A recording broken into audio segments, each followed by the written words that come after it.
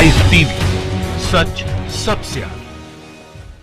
दोस्तों, मैं अब्बास हफीज हूं। अन्ना हजारे जी ने आंदोलन किया था 2013 में। आप सबको याद होगा, इंडिया अगेंस्ट करप्शन के नाम पर कांग्रेस सरकार के खिलाफ किया था। और वही आंदोलन एक बड़ी वजह बना था मोदी सरकार के सत्ता में आने की। लोगों ने आरोप लगाए थे अन्ना हजारे पे कि ये बीजेपी के एजेंट हैं, ये आरएसएस के इशारों पे काम कर रहे हैं। हम सब कहते थे उस समय, पर कोई यकीन करने को तैयार नहीं था। एक बहुत बड़ा वर्ग आज भी यकीन नहीं करता कि अन्ना हजारे और बीजेपी की साठगांठ है। पर आप सुन के दंग रह जाएंगे जो अब हुआ है, जिसने पूरी तरह से बेनकाब कर दिया है अन्ना हजारे और भाजपा के संबंधों को, अन्ना हजारे और आरएसएस के संबंधों को। 7 साल लगे, 7 साल के बाद आज बेनकाब हैं उनके संबंध पूरे, क्योंकि दिल्ली भाजपा के प्रदेश अध्यक्ष जो हैं आदेश गुप्ता जी, उन्होंने अन्ना हजारे जी को चिट्ठी लिखी है। और वो चिट्ठी हर जगह छपी भी है, उसकी खबर भी छपी है। उस चिट्ठी में उन्होंने अन्ना हजारे जी को आमंत्रित किया है दिल्ली आने के लिए, दिल्ली बुलाया है कि दिल्ली आइए अन्ना जी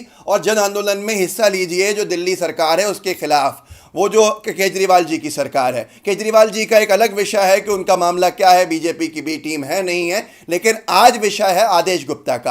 आदेश गुप्ता ने चिट्ठी में यह भी कहा है अन्ना हजारे से कि पुरानी बातों को याद कीजिए कि कैसे हमने साथ में काम किया था। ये तमाम चीज़ें इस तरह की खबरों से दिखता है कि ऐसा बोला गया है कि आपके साथ हम पुराने भी काम कर चुके हैं। पुरानी यादों को बताया गया है अन्ना हजारे की, जिससे साफ हो गया है। हिंदुस्तान ने और एनबीटी सब ने खबर छापी है, एनबीटी नवभारत टाइम्स की खबर है। बीजेपी ने अन्ना हजारे को लिखी चिट्ठी, कहा केजरीवाल सरकार के खिलाफ लड़ाई में साथ दो।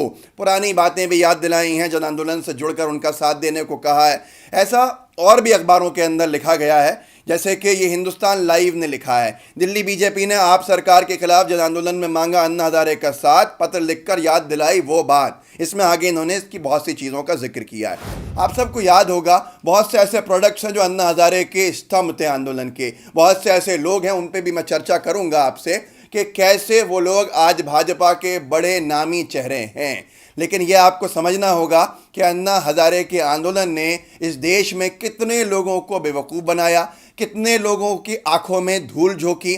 वो मनमोहन सरकार जो दिन रात तरक्की भारत को दिखा रही थी, जिन्होंने 600 बिलियन की इकोनॉमी को 2 ट्रिलियन पे लाके खड़ा कर दिया था, उस सरकार के खिलाफ भ्रष्टाचार के मामले खोले। जो कहा गया 2G स्कैम और तमाम स्कैम, जिसके अंदर कोई सबूत भी ये सरकार पेश नहीं कर पाई, उसके बावजूद भी अन्ना हजारे खामोश हो गए। 2014 में जब सरकार बन गई मोदी सरकार, तो ये कुंभकर्ण की नींद में चले गए और ये वापस कभी दिल्ली आए ही नहीं आंदोलन करने के लिए। इन्होंने 2-3 बार कहा कि लोकपाल बनाया जाए। इनकी जो मांग थी लोकपाल की, जिसको पारित भी कर दिया था मनमोहन सरकार ने कि हम लाएंगे, मोदी सरकार ने पूरे 5 साल लोकपाल का अपॉइंटमेंट नहीं किया। भ्रष्टाचार के मामलों में कोई जांच नहीं हुई। अन्ना हजारे जी ने उफ भी नहीं कहा। बहुत से लोगों को तो वहीं समझ में आ गया था कि अन्ना आंदोलन आरएसएस और भारतीय जनता पार्टी की देन था। लोगों ने अपने आप को दूर कर लिया था इनके आंदोलन से। पर एक बड़ा वर्ग था जिसका आज भी भरोसा इनमें था। मैं आपको कुछ तस्वीरें दिखाता हूं अन्ना हजारे की पुरानी, जिससे आपको समझ में आ जाएगा कि ये आरएसएस के ही हैं, ये बीजेपी के अपने हैं। चलिए एक तस्वीर देखिए, ये दिल्ली के अंदर भाजपा कार्यालय की है और ये उस जमाने की है जब अन्ना आंदोलन शुरू होने वाला था, लोगों का कहना है। इसमें अडवाणी जी बीच में बैठे हैं, जाहिर सी बात है तब ये राष्ट्रीय अध्यक्ष होंगे, तभी ये बीच में बैठे हैं। इनके एक तरफ जेटली जी हैं, सुषमा स्वराज जी हैं, सामने भाजपा के बड़े बड़े नेता हैं, जो आज उपराष्ट्रपति जी हैं वेंकैया नायडू जी वो हैं, इधर राजनाथ सिंह जी बैठे हैं और सामने बैठी हैं किरण बेदी, साइड में उनके मनीष सिसोदिया, उस तरफ अरविंद केजरीवाल और सबसे आगे बैठे हैं अन्ना हजारे। ये भाजपा कार्यालय के अंदर, क्योंकि पीछे लिखा है शक्तिशाली भाजपा शक्तिशाली भारत, ये वहाँ की तस्वीरें हैं। अब इन तस्वीरों की सच्चाई आप खुद जान सकते हैं, खुद पता लगा सकते हैं कि ये कितनी सच्चाई है इसके अंदर। अन्ना आंदोलन की स्टेज के ऊपर एक तस्वीर दिखाता हूँ मैं। अरुण जेटली जी बैठे हैं अन्ना हजारे जी के साथ और किरण बेदी जी उनको एक कुछ अपने मोबाइल के अंदर दिखा रही हैं। ये सारी चीज़ें उन तस्वीरों के से माध्यम से आपको समझ में आना चाहिए कि इनकी कितनी करीबी रिश्ते रहे हैं हमेशा से। एक तस्वीर शिवराज सिंह चौहान जी की भी देख लेते हैं। शिवराज जी के साथ अन्ना हजारे जी खाना खा रहे हैं, ये तस्वीर आपके सामने है। शिवराज जी उस वक्त मुख्यमंत्री थे। एक लेख भी लिखा गया था जिसके अंदर लिखा है, जो योगेश मिश्रा जी ने लिखा है, ब्यूरो प्रमुख हैं नई दुनिया के, संघ के नाना जी से 83 में दीक्षा मिली अन्ना जी को। अन्ना जी को संघ के जो नाना जी थे उनसे दीक्षा मिली थी। इस पे पूरा लेख है, गूगल करके आप पढ़ सकते हैं। ये स्वयंसेवी संगठनों के एक संगठन में नानाजी देशमुख अध्यक्ष और अन्ना हजारे महासचिव थे। ये खबर यहाँ छपी है। अब इस खबर की आप जांच पड़ताल जितनी करना चाहें कर सकते हैं, दूसरों को ही बता दीजिएगा। इसमें नानाजी ने संघ तथा अन्य संस्थाओं की बैठकों में अन्ना की खासी प्रशंसा की थी। नानाजी देशमुख की सलाह पर ही संघ की शाखाओं में अन्ना का नाम आदर के साथ लिया जाता रहा है। अब यहाँ पर आप में से बहुत से लोगों को शक नहीं होगा, लेकिन जिनको शक है उनको ज़रूर बताइएगा कि मामला क्या है। दिल्ली बीजेपी के प्रदेश अध्यक्ष आदेश गुप्ता ने चिट्ठी लिख के अन्ना को बुलाया है। उस वक्त भी लोग कहते थे कि बीजेपी के नेताओं के घर से खाने जा रहे थे, पैसा जा रहा था। अब ये आरोप तो खैर पुराने हो गए। अन्ना की मेन डिमांड थी लोकपाल की। बीजेपी ने लोकपाल नहीं दिया। बीजेपी सरकार में मोदी जी ने लोकपाल का अपॉइंटमेंट किया चुनाव से 1 महीना पहले। उस पर भी हम चर्चा करेंगे। कुछ चेहरों को देखते हैं। अन्ना हजारे, जैसा मैंने कहा था कि उन चेहरों पर बात करेंगे जो स्तंभ थे अन्ना हजारे आंदोलन के। ये इसलिए बहुत ज़रूरी है समझना कि उनमें से कितने बीजेपी के बड़े चेहरे बने, क्योंकि आपको समझना होगा कि अन्ना आंदोलन इतिहास का एक बड़ा आंदोलन है जिसने आंदोलनों की नींव तोड़ दी। सरकार के खिलाफ बोलना लोगों ने बंद कर दिया। जो सोशल एक्टिविस्ट गांधीवादी लोग थे उन पे से लोगों का भरोसा उठ गया अन्ना हजारे जी की वजह से। अन्ना हजारे जी का एक मेन जो चेहरा था आंदोलन का, अरविंद केजरीवाल जी। आप देख सकते हैं अरविंद केजरीवाल जी को आज उन पे निरंतर आरोप लगता है कि वो भाजपा की बी टीम है, क्योंकि वो आज की डेट में हर जगह कांग्रेस को टारगेट कर रहे होते हैं और भारतीय जनता पार्टी के साथ मिलकर वो काम करने को तैयार रहते हैं। ये सबने देखा। हो सकता है आप में से कुछ लोग उनको सही समझते होंगे, तो छोड़ दीजिएगा इस हिस्से को, अपन आगे चलते हैं। किरण बेदी जी। किरण बेदी जी अन्ना आंदोलन की स्तंभ में से एक थी। कई स्तंभों में से जो मेन लोग थे उनमें से एक थी। किरण बेदी जी पहले भाजपा के चेहरे के ऊपर, भाजपा के सिंबल के ऊपर दिल्ली के मुख्यमंत्री पद की दावेदार बन के चुनाव लड़ा था उन्होंने। ये भाजपा में चले गई थी। फिर मोदी सरकार ने इनको लेफ्टिनेंट जनरल बना के कहाँ भेजा है? पुडुचेरी में। वहाँ की लेफ्टिनेंट गवर्नर जनरल हैं और ये वहाँ पर क्या क्या कैसे कांग्रेस की सरकार को परेशान करती हैं वो सबके सामने है। खैर वो चर्चा का विषय नहीं है।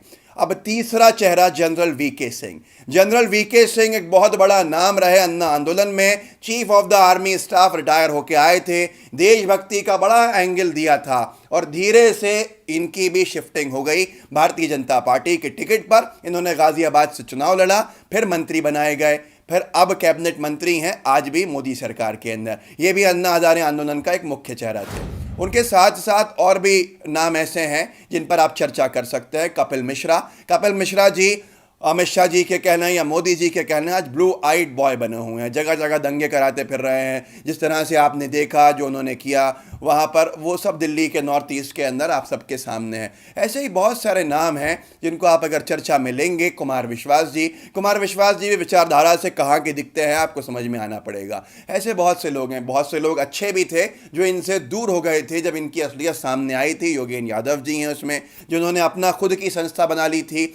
प्रशांत भूषण जी, ये वो नाम हैं जो इनसे अलग हो गए फिर उसके बाद जब देखा कि ये किस तरह का एजेंडा चल रहा है। और उसके साथ साथ ऐसे बहुत से नाम आपके सामने थे जो आप अलग हो चुके हैं। ऐसे ही आशुतोष हैं जो पत्रकार थे, और भी बहुत सी चीज़ें। एक प्रवक्ता का बड़ा चेहरा बने बीजेपी की, वो भी एक स्तंभ थी अन्ना हजारे आंदोलन की। उनका नाम था शाजिया इल्मी। शाजिया इल्मी का मैं मुकाबला वीके सिंह और किरण बेदी से तो नहीं करूँगा, लेकिन फिर भी उनका नाम था। और शाजिया इल्मी को भाजपा ने अपने पार्टी का प्रवक्ता बनाया। सोचिए आप, प्रवक्ता किसको बनाते हैं? जो पुराना होता है। और शाजिया इल्मी 2 साल की बीजेपी के अंदर ही प्रवक्ता बनाई गई। ये भी अन्ना आंदोलन से जुड़ी ही एक चेहरा थी जो आज भाजपा का चेहरा बनी हुई है। अगर आपको आज भी शक है तो जिन लोगों को शक है उनका शक दूर कीजिए और खुद का भी शक दूर कीजिए। अन्ना आंदोलन इतिहास के अंदर लिखा जाएगा उस गद्दारी भरे आंदोलन के नाम पर जिसने एक अच्छी सरकार को बदनाम किया।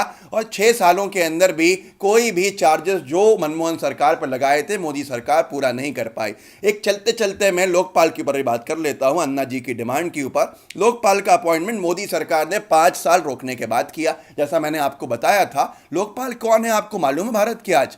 वो पहले लोकपाल हैं जिनका कार्यकाल अभी चल रहा है। आप में से कोई भी उन लोकपाल महोदय का नाम भी नहीं जानते होंगे, क्योंकि 2 साल में उन्होंने, 1.5 साल में उन्होंने कोई जांच ही नहीं खोली है जो उनका काम था। मोदी जी ने पहला लोकपाल अपॉइंट किया जस्टिस पिनाकी चंद्रा घोष जी को। जस्टिस घोष आज भारत के लोकपाल हैं, उनके साथ 8 सदस्य हैं। जस्टिस घोष ने कोई कार्यवाही की है, आप खुद सोच सकते हैं वो 8 सदस्य कौन हैं। देश भी नहीं जानता। क्या इतने कमजोर लोकपाल के लिए आंदोलन चल रहा था? लोकपाल किस लिए बनाया जाना था? जो सरकार के भ्रष्टाचार के मामलों की जांच कर सके, सुमोटो ले सके। क्या जस्टिस घोष ने कोई सुमोटो लिया है? अभी तक कोई जांच की है? बड़े बड़े आरोप लगे हैं। अन्ना आंदोलन, आरएसएस, भारतीय जनता पार्टी, आदेश गुप्ता की एक चिट्ठी से सब बेनकाब खड़े हैं। हमारे इस वीडियो को आगे बढ़ाइए। जिन लोगों को धोखा हुआ है उनसे कहिए कि अन्ना आंदोलन के बड़े चेहरों को देखें, आदेश गुप्ता की चिट्ठी को पढ़ें और पुराने सारे फोटोज देखें, जिसमें आपको साफ दिखेगा कि कौन नेता उनके स्टेज के ऊपर उनके साथ मंच पर रहते थे और कौन कौन उनके स्तंभ जो थे वो भाजपा के आज चेहरा बन गए हैं। खैर, हमारे नए चैनल द एल टीवी को ज़रूर सब्सक्राइब कीजिए। डिस्क्रिप्शन बॉक्स में उसका लिंक है और लाइव टीवी का बेल आइकन ज़रूर दबाइए। जय हिंद, जय भारत। लाइव टीवी, सच सबसे आगे।